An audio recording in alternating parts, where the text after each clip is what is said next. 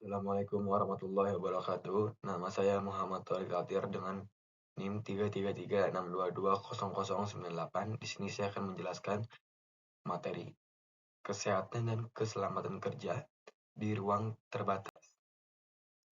Topik pembahasan pada kali ini, yang pertama bahaya bekerja di ruang terbatas dan prosedur K3 di ruang terbatas. Yang kedua, potensi kecelakaan pada proses material handling baik secara manual atau menggunakan alat. Yang ketiga, prosedur K3 material handling secara manual atau manual handling. Yang keempat, prosedur K3 material handling menggunakan alat. Yang pertama, bahaya bekerja di ruang terbatas dan prosedur K3 di ruang terbatas. Di ruang terbatas memiliki resiko terhadap pekerja di dalamnya, sehingga diperlukan prosedur kerja atau regulasi untuk menjamin keselamatan pekerja di dalamnya ataupun aset perusahaan. Beberapa potensi bahaya pekerjaan confined space adalah yang pertama kekurangan atau kelebihan gas oksigen, yang kedua terpapar gas atau cairan beracun, yang ketiga bahaya terperangkap, yang keempat bahaya lainnya seperti aliran listrik terbentur, terpeleset, dan lain-lain. Definisi, confined space adalah ruang yang cukup besar dan luas serta memungkinkan pekerja masuk, bekerja di dalamnya dan mempunyai akses masuk dan keluar terbatas secara tidak dirancang di tempat kerja. Jenis-jenis ruang terbatas, yang pertama tangki atau bejana, yang kedua pipa atau ducting, yang ketiga sewer, yang keempat hopper, yang kelima bunker, yang keenam lubang dengan kedalaman minimal 1,5 meter. Confined space diklasifikasikan menjadi yang pertama confined space dengan izin masuk. Kategori confined space dengan izin masuk adalah apabila terdapat satu atau lebih potensi bahaya sebagai berikut.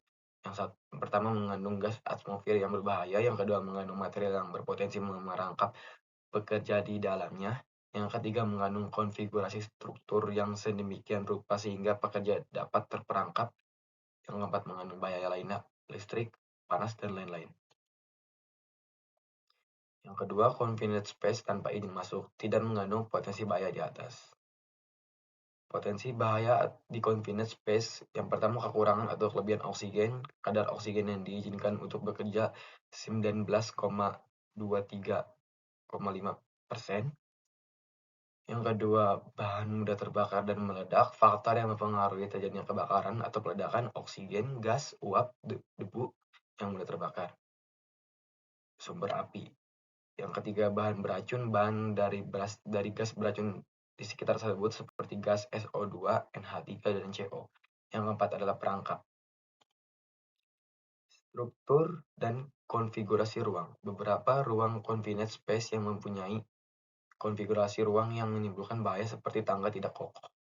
6. Sumber bahaya lain. Sumber bahayanya berasal dari bahaya mekanik seperti impler yang berputar karena belum dimatikan. Yang kedua, bahaya tersengat listrik karena penyambungan kabel listrik yang tidak sesuai. Materi berikutnya, potensi kecelakaan pada proses material handling baik secara manual ataupun menggunakan alat. Bahaya bidang konstruksi manufaktur dan pertambangan memerlukan tugas penanganan material secara manual atau manual material handling. Manual material handling merupakan sebuah aktivitas memindahkan beban oleh tubuh secara manual dalam rentang waktu tertentu. Occupational Safety and Health Administration atau OSHA mengklasifikasikan kegiatan MMH sebagai 5. Di antaranya yang pertama mengangkat atau menurunkan, yang kedua mendorong atau menarik, yang ketiga memutar atau twisting, yang keempat membawa atau carrying, yang kelima menahan atau holding. MSDS adalah suatu kondisi yang mengganggu fungsi sendi, ligamen, otot, saraf, dan tendon. Penggunaan otot yang berlebihan atau otot menerima beban statis secara berulang dalam jangka waktu yang lama. Hal ini dapat mengakibatkan gangguan pada sistem muskuloskeletal. Gangguan ini dapat memengaruhi setiap area dalam tubuh, mencakup leher, bahu, pergelangan tangan, punggung, pinggul, lutut, dan kaki. Faktor risiko manual material handling. Aktivitas MMH dapat meningkatkan risiko fisik bagi pekerja. Jika aktivitas ini berulang dengan jangka waktu yang lama, pekerja bisa mengalami kelelahan ekstrim atau cedera. Faktor-faktor risiko yang secara dominan berkaitan dengan terjadinya cedera akibat aktivitas MMH meliputi sikap tubuh yang tidak alamiah, gerakan berulang, pengerahan tenaga yang berlebihan, pressure point, sikap kerja statis. Paparan berulang atau terus-menerus terhadap satu atau lebih dari faktor-faktor di atas pada awalnya dapat mengakibatkan kelelahan dan rasa tidak nyaman pada pekerja. Namun kelama-lamaan, pekerja bisa berpotensi mengalami cedera pada punggung, bahu, tangan, pergelangan tangan, ataupun lain-lainnya dari tubuh yang terpapar. Selanjutnya adalah prosedur K3 material handling secara manual atau manual handling. Manajemen risiko manual material handling.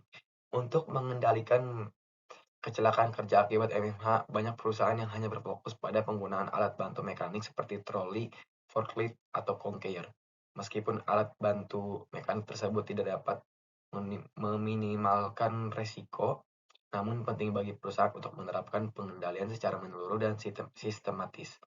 Terkait manajemen risiko MMH, WorkSafe Australia National Standard merekomendasikan pengusaha dan pengurus untuk melakukan identifikasi, penilaian, dan pengendalian risiko yang timbul dari aktivitas MMH. Yang pertama ada identifikasi risiko. Yang kedua, periksa catatan cedera dan kecelakaan kerja sebelum yang terjadi di tempat kerja. Yang kedua, melakukan wawancara dengan pekerja dan perwakilan anggota panitia pembina keselamatan dan kesehatan kerja P2K3.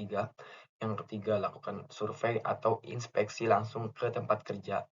Selanjutnya adalah penilaian risiko yang terbagi menjadi yang pertama ada aktivitas dan pergerakan kerja, yang kedua tata letak dan tempat kerja di stasiun kerja, posisi dan sikap kerja, durasi dan frekuensi pekerja melakukan aktivitas MMH, yang kelima jarak dan tempat pekerja memindahkan beban, yang keenam berat beban, yang ketujuh pengerahan tenaga, yang kedelapan karakteristik beban dan peralatan kerja, yang ketujuh organisasi dan lingkungan kerja, yang kedelapan keterampilan kerja dan pengalaman kerja, yang kesembilan kebutuhan khusus pekerja yang dalam proses pemulihan mungkin memerlukan waktu untuk kembali ke keterampilan dan kemampuan kerja mereka.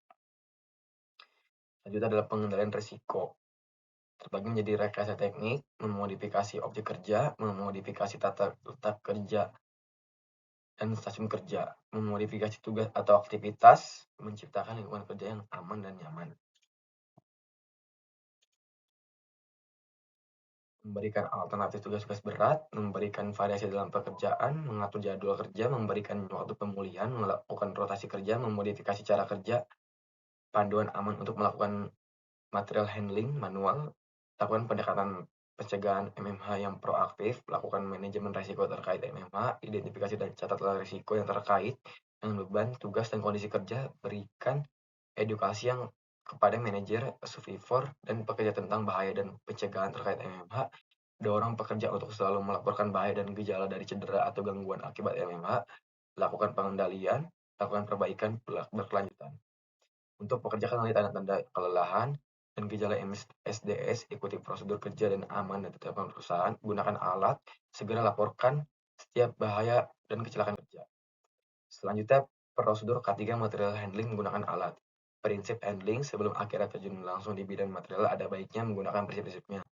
Yang pertama prinsip perencanaan, kedua prinsip standarisasi, prinsip kerja, prinsip ergonomis, yang kelima prinsip perban satuan, yang keenam prinsip memanfaatkan ruang, yang ketujuh prinsip sistem, 8 prinsip optimisasi, prinsip lingkungan, prinsip biaya siklus hidup, peralatan penanganan material massal, truk industrial, alat penyimpanan dan penanganan.